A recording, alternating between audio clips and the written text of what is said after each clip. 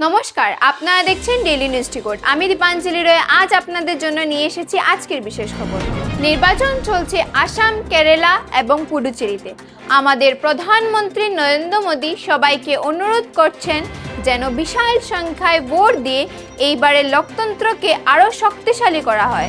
অরুণাচল প্রদেশ এবার বন্যপ্রাণীদের উপর নজর রাখে, থার্মাল ড্রোনস ব্যবহার করছে। এটা করে জঙ্গলের ভিতরে থাকা প্রাণীদের অবস্থান আরও সহজে এবং ভালোভাবে ট্র্যাক করা যাবে। কিরণ পাওয়ার এবার ফিরে এসেছেন আসাম ক্রিকেটের হেড কোচ হিসাবে। একসময় উনি মাঠে ম্যাচ জেতাতেন, এবার উনি মেন্টর হয়ে আমাদের প্লেয়ারদের গাইড করবেন।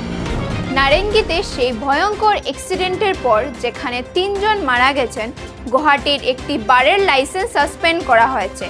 পুলিশ আর অ্যাডমিনিস্ট্রেশন এখন এই বিষয়ে আরও কঠোর হচ্ছে। ইন্ডিয়া এবার চা এক্সপোর্টের ক্ষেত্রে সব রেকর্ড ভেঙে দিয়েছে, আর সাথে জোরহাট সেন্টার খুব শীঘ্রই আবার খুলতে চলছে, যা আমাদের আসামের চা শিল্পের জন্য খুব ভালো খবর। তো এটা ছিল আজকের বিশেষ খবর। আবার দেখা হবে নতুন দিনে নতুন খবরের সঙ্গে। ততক্ষণ পর্যন্ত আমাদের সাথে যুক্ত থাকুন।